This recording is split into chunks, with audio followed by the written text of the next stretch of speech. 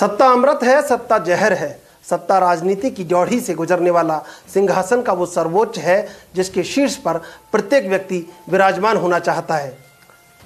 News India की इस खास पेशकश में आज हम बात कर रहे हैं कांग्रेस के कद्दावर ब्राह्मण नेता पंडित सुरेश मिश्रा से। सुरेश मिश्रा जी, आपका स्वागत है। नमस्कार।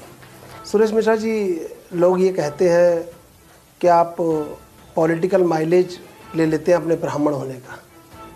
ऐसा कुछ नहीं है चंद्रशेखर जी। सार्वजनिक जीवन में जब आदमी काम करता है तो निश्चित रूप से प्रयास करता है कि सार्वजनिक क्षेत्र के लोगों के साथ मिलकर काम कर सके। ऐसा मेरा कोई मन नहीं रहता कि ब्राह्मण होने का मुझे कोई फ़ायदा मिले। समाज का व्यक्ति हूँ, समाज के लोग मेरा साथ देते हैं, मेरे साथ में संघर्ष करने में सहयोगी रहते हैं, वहाँ तक तो बात ठीक है। पर राजनीतिक रूप से ऐसा मैंने ना तो कभी सोचा ना कोई मेरे मन में है। पॉलिटिकल ब्रांडिंग में एक्सपर्ट हैं, सबसे आगे रहते हैं, ऐसा लोग कहते हैं आपके बारे में। देखिए चंद्रशेखर जी, जो लोग राजनीतिक क्षेत्र में काम करते हैं वो निश्चित रूप से अग्रिम पंक्ति में रहने का सब लोग प्रयास करते ही हैं। और मैं निश्चित रूप से मेरे पिछले 20 सालों के सार्वजनिक क्षेत्र में काम करने के अनुभव के आधार पर कह सकता हूँ कि मैंने कभी भी अपने आप को बेचने का प्रयास नहीं किया, अपने आप को कोई ब्रांडिंग के रूप में प्रस्तुत नहीं किया। जनता की समस्याओं के लिए अपनी बात रखने का लोग आपको ब्रांड के रूप में ही समझते हैं। ऐसा कुछ नहीं है। लोग जो समझते हैं उनको समझने दीजिए, मुझे अपना काम करने दीजिए, मैं अपने काम में। और ये भी कहते हैं लोग कि आपने ऐसा महसूस करवाया कि आप एक ब्रांड हैं।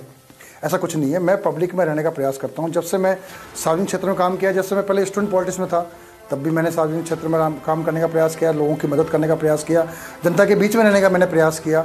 उसी कारण से मैं आप देखते हैं चंद्रशेखर जी कि राजस्थान में कि नहीं पूरे देश की सबसे बड़ी मैराथन हम लोग आयोजित कर पाते हैं, क्योंकि लोग सहयोग करने के लिए, आगे बढ़ के दौड़ने के लिए आते हैं।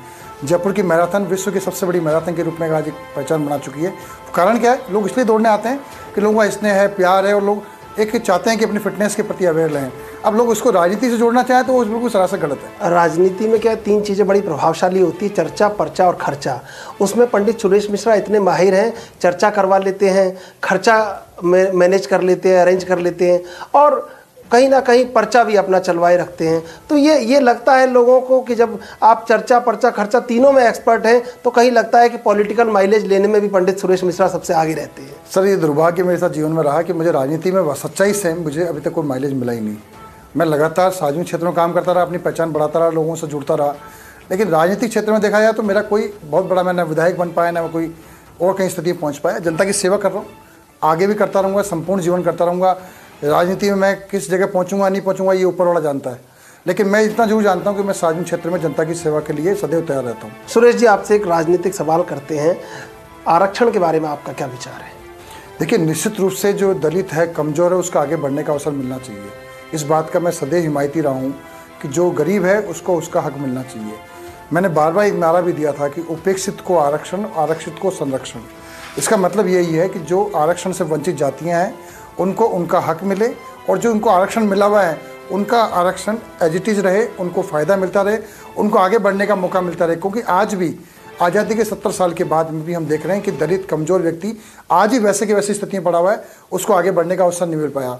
उसी प्रकार से चाहे ब्राह्मण हो, चाहे बनिया हो, चाहे राजपूत हो, जो भी जातियाँ, जो इनके लिए कहा जाता है कि ये जातियाँ आरक्षण से वंचित हैं, उनमें से जो गरीब है उनको छांटा जाए, उनको भी आगे बढ़ने का अवसर दिया जाए।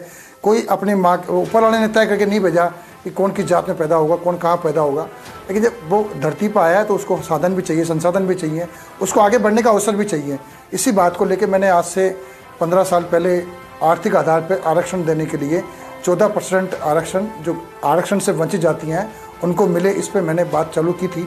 आज पूरे देश में राजनीतिक रूप से हर पार्टी इस बात के पक्ष में है, और मुझे पूरा भरोसा है कि एक दिन उन सब जातियों को जो आरक्षण से वंचित हैं उनको भी उनका हक मिलेगा। कांग्रेस ने जिस तरह से कहा, जब 2 तारीख को ये जो भारत बंद हुआ तो उन्होंने कहा कि सुप्रीम कोर्ट ने जो व्याख्या दी है वो गलत है, आपने पुनर्विचार याचिका दायर की। ये जातिगत राजनीति से कहीं देश गलत दिशा में नहीं जा रहा? आपको नहीं लगता ऐसा? देखिए, निश्चित रूप से जिस प्रकार से जो बातें सामने आ रही थी, जिस प्रकार से ये कि नया नियम, कायदा, कानून लाने की बात की थी, चुनाव के समय ऐसा क्यों हो रहा है? हमारा ये कहना है कि दलित, कमज़ोर व्यक्ति के साथ भी कोई अन्याय होता है तो उसको हक, उसका हक मिलना चाहिए, और किसी स्वर्ण जाति के साथ भी अन्याय नहीं होना चाहिए। लेकिन साथ साथ कभी कांग्रेस ने ये नहीं कहा कि उसके साथ में अन्याय हो और इसके साथ अन्याय नहीं हो। हमने कहा कि भाई जो चीज़ गलत हो रही है उसका हम विरोध कर रहे हैं। बदली हुई कांग्रेस है, राहुल गांधी की कांग्रेस है, आपको अपेक्षाएं क्या है? कांग्रेस में किस तरह के बड़े बदलाव उच्च स्तर पर होने चाहिए और ज़मीनी स्तर पर किस तरह कांग्रेस को बदलना चाहिए? देखिए, कांग्रेस बहुत तेज़ी से आगे बढ़ रही है, जनता हमारे साथ खड़ी हो रही है। भारतीय जनता पार्टी ने पिछले 5 सालों में जो वादे किए वो पूरे नहीं किए, जनता को धोखा दिया। जनता परेशान है, आम जन परेशान है, कई महंगाई से परेशान है। जिन बातों को लेकर सत्ता में आए थे, ऐसा चंद्रशेखर जी इन्होंने कुछ भी नहीं किया जिसको देख के लगे कि इन्होंने कोई ऐसा काम किया जिससे जनता को लाभ। आप जब ये कहते हैं सुरेश जी, तो भाजपा ये कह देती है कि आपने 70 सालों में कुछ नहीं किया, 4 साल में हमसे अपेक्षाएं कैसे पाल लेते हैं? देखिए, देश बदल गया। देश, आपको याद है जब आज़ाद हुआ था हमारा, तो हमारे देश की स्थिति क्या थी? आज देश हमारा कहाँ से कहाँ पहुँच गया। हम चांद पर जा चुके हैं। हम लोगों ने धरती पर जो सोना उगलने की मशीन हमने तैयार कर ली, मान के चलिए। हमारा देश इतना आगे बढ़ चुका है, जहाँ हमारे पास में ऊँट गाड़ी। इस बयान का भी काफ़ी पूरा देश में उपहास भाजपा ने बनाया जब आपने सोना उगलने की मशीनों की बात कही। तो क्या आलू से सोना बनाया जाए? आलू से सोना मसलने की बात नहीं थी। मैं कह रहा हूँ कि आज देश में खेती की बात करें तो कितनी बड़ी क्रांति हमारे देश में आई। हरित क्रांति ने पूरे देश को बदल दिया, पूरे देश की स्थिति बदल दी। हमारे पास में हमको अनाज आयात करना पड़ता था और आज हम निर्यात करने की स्थिति में आ रहे हैं। लेकिन स्वामी सब लागू नहीं हो पाया, किसान को उसका मूल्य आज भी नहीं मिल रहा है। देखिए, किसान के हित की बात जितनी कांग्रेस ने करी है उतनी किसी राजनीतिक पार्टी ने नहीं करी। और कांग्रेस सदैव किसान की, गरीब की, मजदूर की, तो जितना कांग्रेस ने इन सब के हितों के लिए किया, हमारा देश बिल्कुल बदला। ये देश बीजेपी के कारण नहीं बदला, देश बदला कांग्रेस ने। और इसी कारण से आज ये टीवी चैनल्स दिख रहे हैं, जितना सिस्टम दिख रहा है आज पूरे देश में, जो सिस्टम दिख रहा है सिर्फ कांग्रेस की देन है। लेकिन बीजेपी कहती है आपने देश भेज दिया कांग्रेस ने। देखिए, लाल किले को बेच रहे हैं। जिस विरासत की हम बात करते आ रहे थे, जिस विरासत के ऊपर खड़े होकर के हमारा झंडा रोहन होता है, उस विरासत को बेच रहे हैं। हम ये कहते हैं कि हमारे माता पिता का सम्मान करो, बुजुर्गों का सम्मान करो, वो तो उठा के चीज़ को बेचने में लग रहे हैं। एक डालमिया को बेच दिया जिन्होंने 25 करोड़ रुपए 5 साल के लिए उसको टाइप करके बेच दिया। अच्छा सुरेश जी, आपको लगता है कि कहीं कांग्रेस को आंतरिक स्तर पर बड़े कूटनीतिक निर्णय लेने होंगे? कांग्रेस को जो भी निर्णय लेने हैं हमारे आला कमान तय करेंगे। माननीय राहुल गांधी जी बहुत अच्छे तरीके से पूरे देश में जनता उनके साथ खड़ी हो रही है।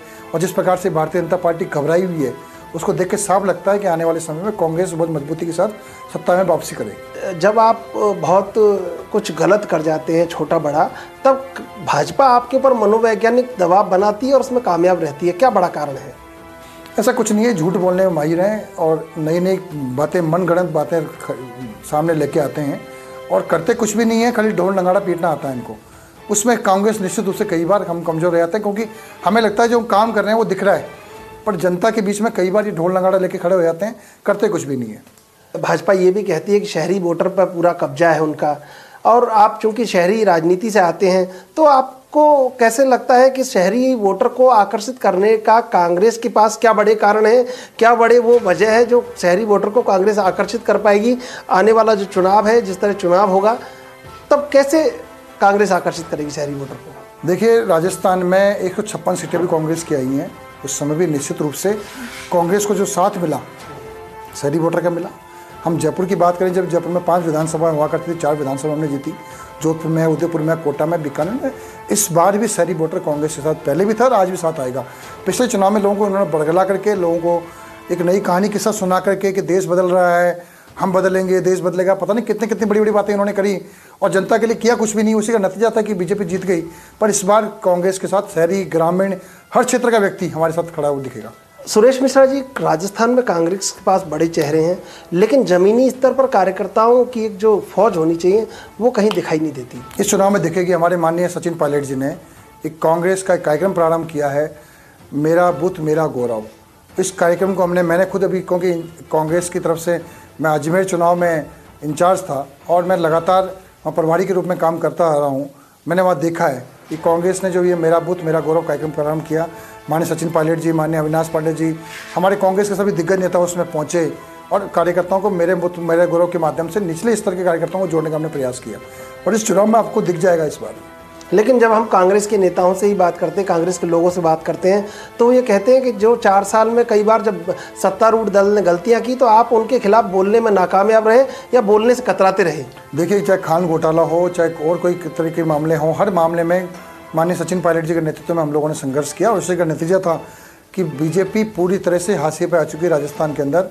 और राजस्थान में जो स्थितियाँ बन रही हैं, माननीय सचिन पायलट जी ने जब से अध्यक्ष बने, कितना मजबूती से कांग्रेस ने काम किया है, उसी का नतीजा है कि तीनों हमारे लोकसभा के चुनाव हम लोगों ने जीते। अभी रिसेंटली विधानसभा के 3 चुनाव उपचुनाव हम लोग जीते। तो बीजेपी के खिलाफ लोग हैं, क्योंकि हमारी कांग्रेस का स्ट्रक्चर भी मजबूत हुआ है, हमारे युवाओं में जोश भी है और कांग्रेस पूरी मजबूती के साथ, पूरी ताकत के साथ इकट्ठा होकर के बीजेपी को हराने के लिए तैयार खड़ी। ब्रेक के बाद एक बार फिर हाजिर हैं कांग्रेस के कद्दावर ब्राह्मण नेता पंडित सुरेश मिश्रा के साथ। सुरेश मिश्रा जी, कई योजनाओं का शुभारंभ तो बहुत तीव्र गति से होता है, लेकिन उनकी गति बहुत हास्यास्पद हो जाती है। क्या बड़ा कारण दिखता है? देखिए, भारतीय जनता पार्टी तो करती यही है कि कांग्रेस के राज में जितनी भी योजनाएं बनी थी, उन योजनाओं को ही अब नए नाम बदल के उन्हीं चीज़ों को लेकर आई थी। और बीजेपी ने तो सदैव यही किया है। चाहे हम बात करें अटल सेवा केंद्र के नाम से, उन्होंने बहुत सारी योजनाएं जो राजीव गांधी जी के नाम पे हमने बनाई थी, उन्हीं को नाम बदल दिया, काम कुछ नहीं करना उसके अंदर। कई शिलान्यास ये लोग कर देते हैं, करते कुछ भी नहीं है। आप बताओ, राजस्थान में एक भी नया क्या काम किया इन्होंने जिसको देख के लगे कि इन्होंने कुछ करके दिखाया है? रिफाइनरी का कार्य शुभारंभ का उद्घाटन, बाढ़ में रिफाइनरी का काम किसने किया? तो कांग्रेस ने किया, पूरी देश जानता है। उन्होंने तो उसको आते ही बंद कर दिया, बाद में जाकर के कांग्रेस की उसी चीज़ को आगे जाके फॉलो करने लग जाते हैं। हम जीएसटी की बात करें, ये लोग वही लोग हैं, आपको याद होगा चंद्रशेखर जी, जब आधार कार्ड की बात करें तो सुप्रीम कोर्ट चले गए थे लोग हमारे खिलाफ में। अब बाद में उसी आधार कार्ड को तो ऐसा क्या कर दिया उसके बाद उन्होंने, तो हर बात में इन्होंने कुछ नहीं किया, सिर्फ डिंडोरा पीटते हैं। 4 साल में कांग्रेस ने सभी संवैधानिक संस्थाओं को दोषी मान लिया, सुप्रीम कोर्ट के खिलाफ महाभियोग के लिए चले गए। आपको लगता नहीं कि 4 साल में सभी संवैधानिक संस्थाएं कैसे गलत हो सकती हैं? देखिए, ये एक बहुत बड़ा षड्यंत्र इन लोगों का चल रहा है।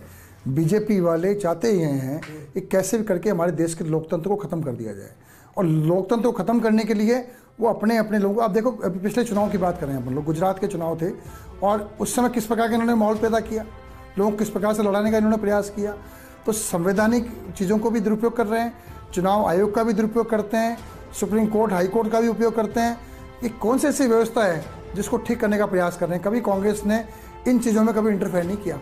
लेकिन सुरेश मिश्रा जी, जहां कांग्रेस चुनाव जीत जाती है वहां खुश हो जाती है और जहां हार जाती है वहां ईवीएम पर आरोप लगा देती है। देखिए, ईवीएम में गड़बड़ ये साफ दिखती है, जहाँ नहीं दिखती वहाँ नहीं बोलते हम लोग, जहाँ गड़बड़ है वो दिख रही है। हम बात करें, आज राजस्थान में भी चुनाव हुए, हमने लगातार मांग करी कि इस पर कैसे करके इस पर एक पेड़ की व्यवस्था हो, और एक वोटर के साथ में निकल के आया कि किसको वोट डाला था उसने, तो उन्होंने लागू किया चुनाव आयोग ने। हमने इसका विरोध नहीं किया, हमने कभी नहीं कहा कि ईवीएम खराब होगी। इस बार चुनाव जीती कांग्रेस के पास वकीलों की बहुत बड़ी फौज है, बावजूद इसके आपका महाभियोग निरस्त हो गया। आपको पता था आपके पास बहुमत नहीं है, आपका ये महाभियोग सदन में जाके पिट जाएगा, लेकिन आप महाभियोग लेके आए। देखिए, लोकतंत्र में जनता की बातों को, आम जन की बात को उठाने का दायित्व तो हमारा बनता है। विपक्ष के नाते, चाहे हमारे पास में छोटा बहुमत है या बहुमत नहीं है, उसके बावजूद हमें अपनी बात कहनी है और हमने कही। हमें मालूम था कि ऐसा करेगी बीजेपी, लेकिन हमने अपनी बात कह के ये सिद्ध करने का प्रयास किया कि हम लोकतंत्र में विपक्ष का रोल पूरा निभा रहे हैं। सुरेश मिश्रा जी, आजकल देश प्रेम जो है वो दिल से ज़्यादा जुबान पर रखने की वजह हो गई, क्या बड़ा कारण है? बीजेपी को की बातों की तारीफ कर दो तो मान लिया गया था कि वो राष्ट्रभक्त है, और बीजेपी के खिलाफ बोल दो तो राष्ट्र विरोधी पार्टी मानी जाती है। इन्होंने बातें की थी, आपको याद होगा चंद्रशेखर जी, कि रामलला हम आएंगे, मंदिर वहीं बनाएंगे, पर आज तक नहीं बनाया, क्योंकि रामलला का मंदिर बन जाएगा तो वोट कहाँ से लाएंगे? लेकिन राम मंदिर का दरवाजा राजीव गांधी ने खोला था, और ये बात कहने से कांग्रेस भी कतराती? नहीं, कभी नहीं कतराती। कांग्रेस मजबूती से कहती है, इंदिरा जी के टाइम पे, राजीव जी के टाइम पर। और भगवान राम का ठेका बीजेपी ने कैसे ले लिया? बीजेपी वाले से बे की बात, बीजेपी हिंदू मुस्लिम को लड़ाने का प्रयास करती है। वो चाहती है कैसे भी करके लोगों के अंदर दंगे फसाद बने रहे, जिससे बीजेपी को फायदा मिलता रहे। उसी के विरोध में आप देखिए पूरे देश के अंदर माहौल खड़ा हो चुका है। ये तो हर बार कहते हैं रामलला आएंगे, मंदिर नहीं बनाएंगे, वरना वोट कहाँ से लाएंगे?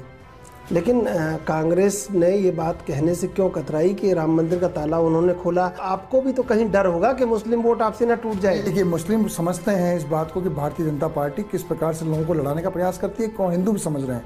इसी कारण से नतीजा सामने आने वाला है। देखिए, देश में एक माहौल खराब करने का, गाय का, गोबर का, इनकी बातें जरूर कर लेंगे ये लोग। देश के हित में क्या किया इन्होंने? ये कहते थे कि जब पाकिस्तान हम पर अटैक करेगा तो 5 सिर काट के लाएगा, 50 सिर काट देंगे। नोटबंदी की बात पे ये कहते थे प्रधानमंत्री जी सिर्फ 50 दिन दीजिए मुझे, मैं देश बदल दूंगा। क्या हो गया? आज 1.5 साल से ऊपर हो चुका नोटबंदी को। 8 नवंबर 2016 को नोटबंदी हुई थी, आज 1.5 पौने 2 साल होने को आया। तो आपको लगता नहीं है देश बदला है? क्या बदल गया मुझे बताओ चंद्रशेखर जी, बदल क्या गया? देश पूरी तरह से नुकसान में चल रहा है।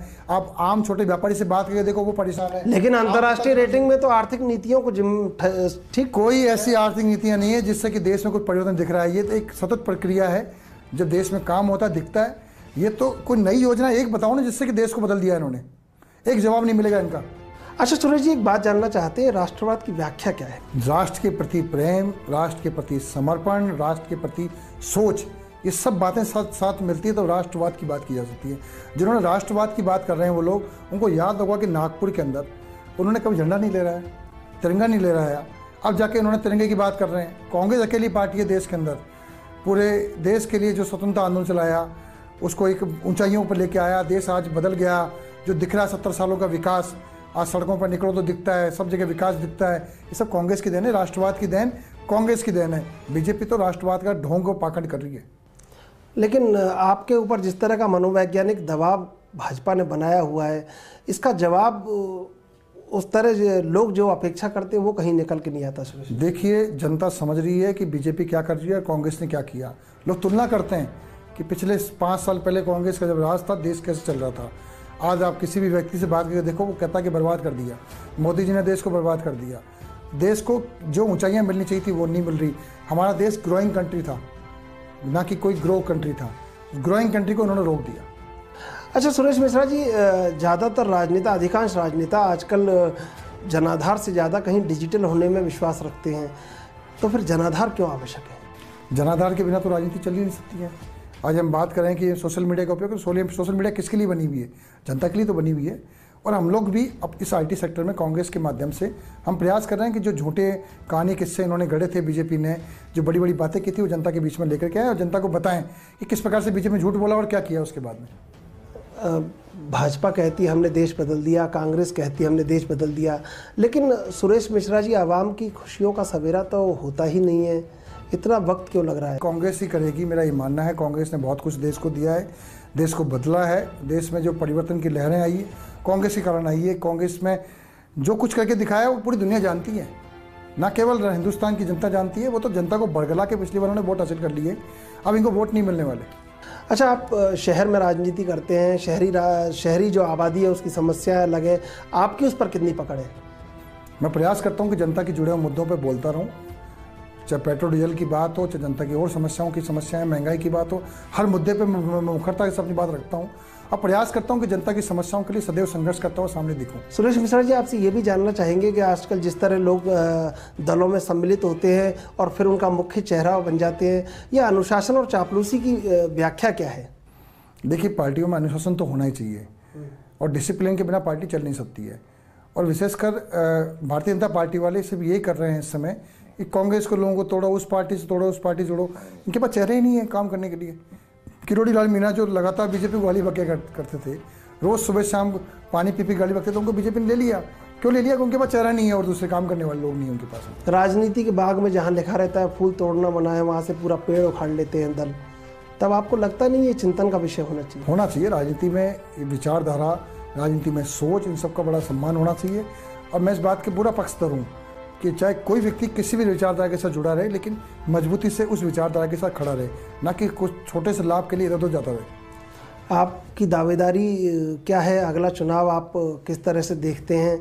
देखिए, मैं विधानसभा का चुनाव लड़ने में इच्छुक हूँ और माननीय राहुल गांधी जी, माननीय सचिन पायलट जी जो निर्णय लेंगे, आलाकमान जो निर्णय लेगा उसको मैं सर्वोदय मानूंगा। आपने अशोक गहलोत का नाम नहीं लिया? माननीय अशोक गहलोत जी हमारे नेता हैं, बड़ा सम्मान उनका करता हूँ। ये गुटबाजी कहीं निकल के सामने? नहीं, गुटबाजी नहीं है। माननीय नेता हमारे वर्तमान में राष्ट्रीय अध्यक्ष हमारे राहुल गांधी जी हैं और राष्ट्रीय प्रदेश के अध्यक्ष सचिन पायलट जी हैं। तो जो पार्टी आलाकमान निर्णय लेंगे उस निर्णय को मैं सर्वोदय रखूंगा।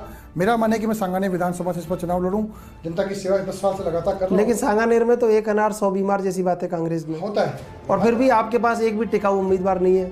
देखिए, निश्चित रूप से चंद्रशेखर जी, जनता के सर्वे करके देखिए, मैं जनता के बीच में जितना 10 साल से काम कर रहा हूँ तो मुझे पूरा भरोसा है कि जनता का मत और समर्थन मुझे मिलेगा और पार्टी मुझे अगर मौका देगी तो मैं निश्चित रूप चुनाव लड़ूंगा। सुरेश मिश्रा का राजनीतिक आदर्श क्या है? मेरा राजनीतिक आदर्श मेरा कार्य है। मेरे माता पिता हैं जिन्होंने मुझे सीख दी कि हमेशा अच्छी बात की लड़ाई लड़नी है, संघर्ष करना है और डट के रहना है। क्योंकि देखिए, मेरा ये मानना चंद्रशेखर जी कि जीवन में जीवन, मरण, परण और यश और अपयश ये प्रभु के हाथ में है। मुझे अपना काम करना है और गीता के श्लोक को मैं लगातार मानता हूँ, कर्मण्येवाधिकारस्ते मा फलेषु कदाचन। उस पर विश्वास रखता हूँ, उसी के अकॉर्डिंग काम करता हूँ। जब आप जाति की राजनीति करते हैं, ब्राह्मण राजनीति करते हैं, तो कई बार आपको अपनी जाति के बड़े नेताओं से चुनौती नहीं मिलती? चंद्रशेखर जी, चलता रहता है राजनीति में, कोई किसी की खिलाफत करता है, कोई किसी के विरोध करता है, और मैं जाति की बात कभी नहीं करता। मैं सदैव कहता हूँ कि हर व्यक्ति को पहले अपनी व्यवस्था करनी चाहिए, परिवार की करनी चाहिए, समाज की करनी चाहिए, उसके बाद देश काल की बात करनी चाहिए। तो समाज के लोगों में कुछ कुरीतियाँ हैं, सामूहिक विवाह का आयोजन करवाते हैं, प्रतिभाओं को सम्मानित करते हैं, परशुराम जयंती मनाते हैं, ये सब कार्यक्रम सामाजिक लोगों को जोड़ने का माध्यम है। जाति की बात नहीं करते इसमें हम लोग। हम ये नहीं कहते कि उस जाति को नुकसान कर दो, उसको फायदा कर दो। अपने हित की बात जरूर करनी चाहिए और इसमें कोई दिक्कत भी नहीं है। सुरेश मिश्रा जी, राजनीति में तर्कहीनता की जगह ज़्यादा हो गई है, बौद्धिक विवेचनाएं कम हो गई हैं। क्या होता है कि राजनीति में जब कोई आदमी कार्य करता है और बहुत विद्वान होता है, तो उसको जनता के बीच में जाके अपनी बात समझानी पड़ती है। और चंद्रशेखर जी, बिल्कुल आज आपने बहुत अच्छी बात उठाई है कि जो भी क्षेत्र में काम करने वाले, वो चाहे किसी राजनीतिक पार्टी के हों, वहाँ तर्क से ज़्यादा झूठ, पाखंड और इसे ज़्यादा चलने लगी। और इस स्थिति में निश्चित रूप से कई लोग ज़्यादा झूठ बोल पाते हैं, ज़्यादा अपनी बात को विवेचना के सामने रख पाते हैं, तो निश्चित रूप से उनको फ़ायदा मिलता है। सुरेश मिश्रा जी, मतलब अजीब सी बात ये भी है कि तर्कहीनता और बेबुनियादी बातें आज राजनीति के दरबार में एक राजकुमार की तरह खड़ी नजर आती है, और कोई उनका विरोध भी नहीं करता, लोग सम्मान भी करते हैं। क्या बड़ा कारण लगता है? मैं कह रहा हूँ ना सर, ये कि जैसे आज बीजेपी वालों की बात कर रहे हैं अपन लोग, तो वो झूठ पाखंड पर काम कर रहे हैं और जनता को बरगला रहे हैं, हर बार बरगला के वोट में हासिल कर रहे हैं। तो वो निश्चित रूप से जनता को अब तय करना चाहिए कि कथनी और करनी में किस में अंतर है, कौन कार्य अच्छा कर रहा है, कौन अच्छा कार्य नहीं कर रहा। तो तब जाकर के वास्तविकता में देश बदलेगा, देश में परिवर्तन आएगा। हुक्मरान अपने अधिकांश वादों और निर्णय पर खरे नहीं उतर पाते। बिल्कुल ऐसा होता है, बिल्कुल ऐसा होता है। मुझे याद है कि मैं विधानसभा का पिछली बार चुनाव लड़ रहा था, तो मैं कहता भी था कि जो मेरे सामने घनश्याम जी तिवारी माननीय विधायक मंत्री थे उस समय, तो उनको चुनाव लड़ते समय लोग कहते थे कि साहब घनश्याम जी पता नहीं क्या कर देंगे, यहाँ पे किया कुछ भी नहीं, खाली बातें करते थे। तो उसका नतीजा कि चांदी की सड़कें बिछा दूंगा। कोई नेताजी चुनाव लड़ने आता है तो जनता बोलती है कि सड़क की व्यवस्था नहीं है, नेताजी भाषण दे के आए थे चांदी की सड़क बिछा दूंगा, सोने की रिपेयरिंग करवा दूंगा। कोई कहता है पानी की व्यवस्था नहीं है, तो नेताजी कहते हैं दूध दही की नदियाँ मार दूंगा। चुनाव में वोट लिया, जीत गए, उसके बाद जनता से मतलब ही नहीं है। तो जनता के प्रति जवाबदेही तय होनी चाहिए। ये नहीं होना चाहिए कि उसको 5 साल का पट्टा मिल गया जनता का शोषण करने का। लोकतंत्र के महायज्ञ में सुरेश मिश्रा जी, सत्ताधारी दल अपने पुनर्जन्म को बार बार दोहराना चाहता है, लेकिन जनता की, आवाम की ममता रोज छली जा रही है। कैसा लगता है? देखिए, राजनीति में जो सोच है सबसे महत्वपूर्ण होती है।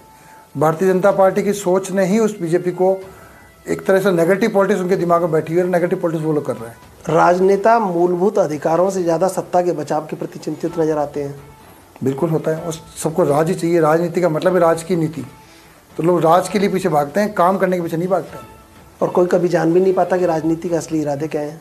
हाँ, निश्चित रूप से चंद्रशेखर जी, राजनीति में सिर्फ सत्ता प्राप्ति का आजकल माध्यम बन गया है, और इसके लिए झूठ पाखंड जो बोलना है बीजेपी के लोग बोल रहे हैं, जनता समझ नहीं पा रही है। लेकिन अब इस बार मुझे लग रहा है कि जनता समझ रही है, बीजेपी को हराएगी इस बार। जब आम मतदाता आपसे ये पूछेगा कि मैं आपको क्यों वोट दूं, तब आप क्या कहना चाहेंगे? आप उसके सामने क्या अपना पक्ष रखें? देखिए, आदमी का चयन राजनीति में ये बहुत आवश्यक होता है कि जो आपका प्रतिनिधि बन के जा रहा है, वो आपकी बात को किस प्रकार से विधानसभा, लोकसभा या नगर निगम, जो जिस जगह से चुनाव जीत रहा है, लड़ रहा है, वहाँ वो व्यक्ति कैसे अपनी बात को प्रेजेंट कर पाता है। राजनीति में ये जरूरी नहीं कि आप कि बहुत अच्छे विद्वान व्यक्ति की आवश्यकता हो, लेकिन जनता की सेवा करने वाला व्यक्ति चाहिए। सुरेश मिश्रा जी, एक बड़ा संवेदनशील सवाल है कि जो भाग्य विधाता है वो 70-75 सालों से दीनहीन ही चला आ रहा है, और राजनेताओं ने सोने के महल बना लिए। लगता नहीं है राजनीति नेपथ्य की ओर जा रही है? जा रही है, इसमें कोई दुराई नहीं है। और निश्चित रूप से उस गरीब दलित व्यक्ति को आगे बढ़ने का अवसर मिलना चाहिए, उस कमज़ोर व्यक्ति को आगे के तबके में खड़े होने का मौका मिलना चाहिए। वो नहीं हो पा रहा है। बहुत परिवर्तन करने का कांग्रेस ने प्रयास किया, बहुत कुछ किया भी, लेकिन अभी भी बहुत कुछ काम करना हमारे देश में बाकी है। सुरेश मिश्रा जी, जनता की हौसला अफजाई का मतलब है वोट पाना, इसके अलावा जनता का और क्या अस्तित्व? नहीं, ऐसा नहीं है। देखिए, राजनीति में जनता की सेवा, जनता के लिए कार्य करना, जनता के लिए योजनाएं बनाना, ये महत्वपूर्ण कार्य है, ना कि जनता से सिर्फ वोट हासिल करके उसको बेवकूफ़ बनाना। हमारे लोकतंत्र बड़ी समस्या पैदा हो रही है चंद्रशेखर जी। क्या लोकतंत्र जिस प्रकार से सामने आ रहा है, हमारा हिंदुस्तान का लोकतंत्र सबसे बड़ा लोकतंत्र है, पूरे विश्व में एक अलग पहचान रखता है। 125 करोड़ की आबादी है। जनता हमारी कश्मीर से लेकर कन्याकुमारी तक की जनता का सोच, स्वभाव सब परिवर्तनशील है। हमारे यहाँ पे जाति, बिरादरी, समाज, सबकी व्यवस्थाएं अलग अलग हैं। हमारा देश अकेला देश है जो एक तरह से अनेकता में एकता की भावना के साथ में काम करने वाला देश है। इस देश के नब्ज़ को समझना बहुत मुश्किल है, आसान नहीं है। लेकिन राजनेताओं को ये तय करना चाहिए कि जो वादे करे, जो बात कहे, वो इतनी सच्चाई से कहे, झूठी बात ना कहे, झूठे वादे नहीं करें। जनता का खाली इसलिए उपयोग नहीं किया जाए कि उसको वोट हासिल करना है। जब बीजेपी और कांग्रेस के नेता एक दूसरे के ऊपर आरोप लगाते हैं तो कई बार बहुत कड़वी जबान बोल जाते हैं। ये राजनीति का गिरता हुआ स्तर नहीं है? निश्चित रूप से गिरता हुआ स्तर है, और ये इस मामले में बीजेपी वाले बहुत आगे निकल गए हैं। मैं कई बार बीजेपी के बड़े नेताओं का सुनता हूँ और देखता हूँ तो लगता है कि यार किस मानसिकता से काम कर रहे हैं, किस भाषा का उपयोग कर रहे हैं। हमारा देश में राजनीति में हमारे अभी तक पहले उदाहरण देखते आते थे हम लोग कि राजनीति में कोई लोग किसी झगड़ा भी होता था, कुछ भी होता था, बीमार पड़ गया तो उससे मिलने आते थे नेता लोग। किसी के घर में कोई दुर्घटना हो गई तो पूरा परिवार जाके उनके साथ में उनकी सांत्वना देता था। आज ऐसा नहीं है। आज तो इतनी ज़्यादा कड़वी बात बोल जाते हैं, इतना ज़्यादा झूठ बोल जाते हैं, इतनी ज़्यादा ऐसी बातों को भाषण में उपयोग ले जाते हैं जो लगता है कि यार ये तो बहुत ही नीचे तक की हरकत हो जाती है। हम बात कर रहे थे कांग्रेस के कद्दावर ब्राह्मण नेता पंडित सुरेश मिश्रा से। सत्ता के अगले एपिसोड में मिलेंगे एक और राजनीतिक शख्सियत के साथ। तब तक के लिए नमस्कार।